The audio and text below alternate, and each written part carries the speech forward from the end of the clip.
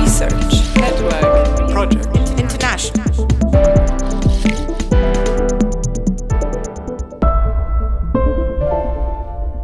Keith Krause, welcome to the SNIS studio, and congratulations to you and your colleague Dr. Elise Ferron for having obtained the International Geneva Award granted each year by the SNIS.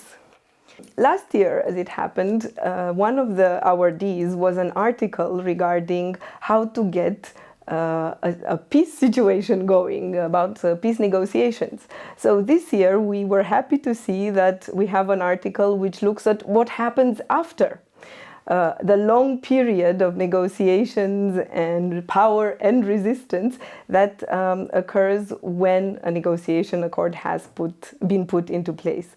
So please give us a couple of details about the article. Sure. Well, first of all, thank you very much for having me, and I was very pleased, of course, with my co-author to get this award. You are absolutely correct that one of the motivations behind the article was the idea that we would try and look at a 20-year time span, in this case in Burundi since the Arusha Accords in 2000, to try and assess what happens over the long run to these great efforts that the international community invests. Burundi was a perfect case study, in particular because my colleague Elise Ferron also worked extensively and has repeatedly visited there. So we highlighted, I think, very effectively some of the ways in which all of the local actors, from grassroots organizations to political elites, can act to sort of undermine or subvert or thwart the intentions of the international community, in particular when it tries to reshape the entire post-conflict environment politically and otherwise.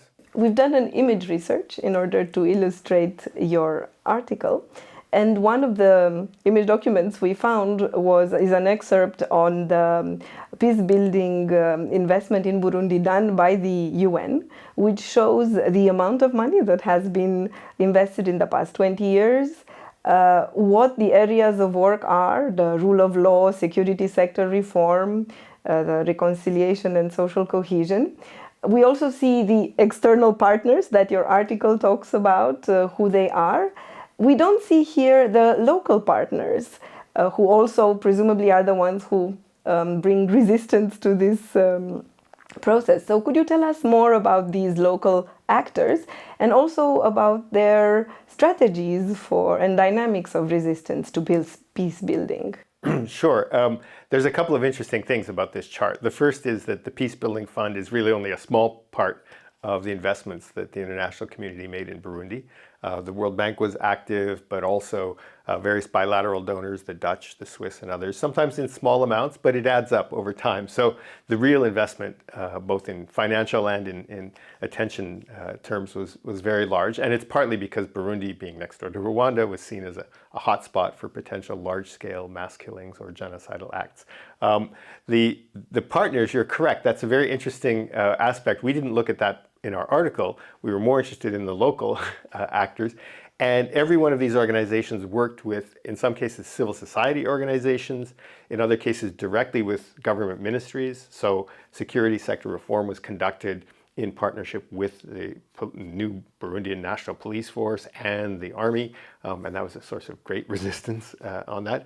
Rule of law and human rights promotion was conducted with these sort of quasi-non-governmental bodies that were established in order to promote respect for human rights, a sort of local human rights commission, etc. And so there was a complex interplay of local and international actors.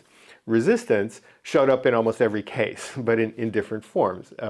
It's very seldom overt, that is to say, you're in a relationship where somebody demands that their program does X, and the local actor says, no, I want to do Y. That might happen when you're putting in place a program and you negotiate its terms, but it's usually in the implementation when resistance is much more sort of covert, or even resistant to the actual norms that are being promoted. So gender equality is an excellent example, which probably comes under both reconciliation, social cohesion, and maybe also rule of law and human rights, where groups like UN Women tried to reshape the legal structure, inheritance laws, and everything.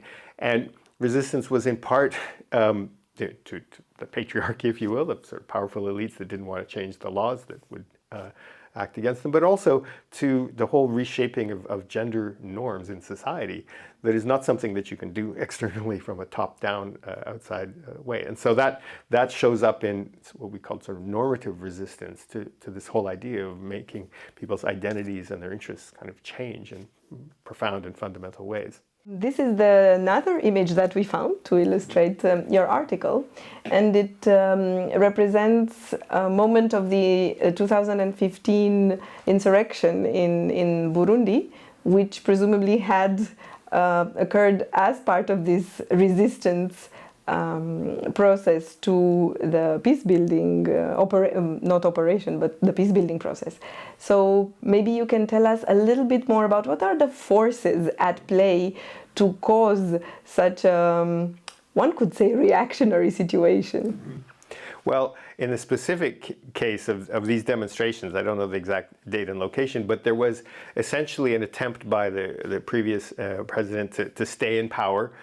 The power elite wanted to maintain essentially control despite the fact that there was an electoral system. So, you know, a resistance to the terms of the Arusha Agreement and the peace plan comes from the sort of sovereign prerogatives of the state and the political elites that control it.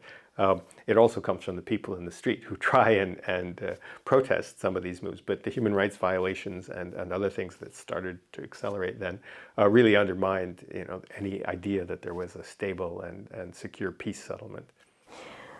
Your article also enters in an interesting echo with current debates about imposing the neoliberal project on other countries.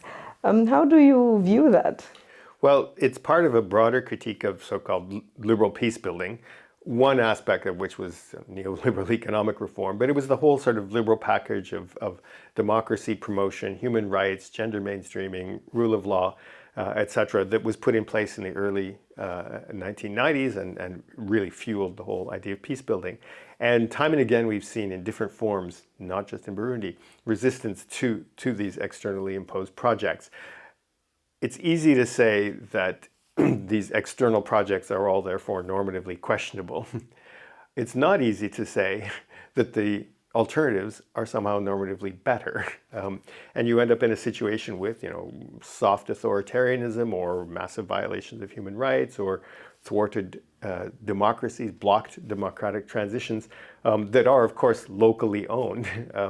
But we need to be conscious of the power dynamics within these countries as well, and who is winning and who is losing and who is marginalized, whether it's ethnic minorities or women and other groups. And so I think that the idea that we should just embrace the criticism of liberal peace building is a bit short-sighted. We need to have a very sophisticated understanding of what are the power dynamics and how are they shifting in some of these countries over time, over a long time. So then my hot pursuit question is, what is a policymaker to do with your article? Sure. Well, the international community is, in fact, at the UN level, there is an idea of promoting over 2023 and 2024 a so-called new agenda for peace. There have been various efforts to rethink the peace-building architecture. Most of these are technical solutions, I would say moving around the deck chairs on the Titanic in a sense, without really fundamentally asking, you know, what are the right ways to go about this project of peace building beyond either externally imposed or locally owned, with all of the bad consequences that come from both of those. It's mostly a wake-up call because many people who work on peace building, you know, they're not in the country for 20 years. They're in the country for 6 months, 1 year, maybe 2 or 3 years.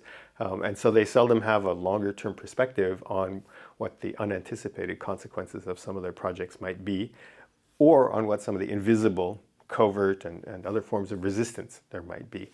And so it's a way to sensitize them, I think, to thinking a bit more broadly about what goes on beyond the program that they happen to be running or trying to put in place. Keith Krause, thank you very much. Thank you also to Elise Ferron for researching and writing the article. And good luck with the future research. Thank you.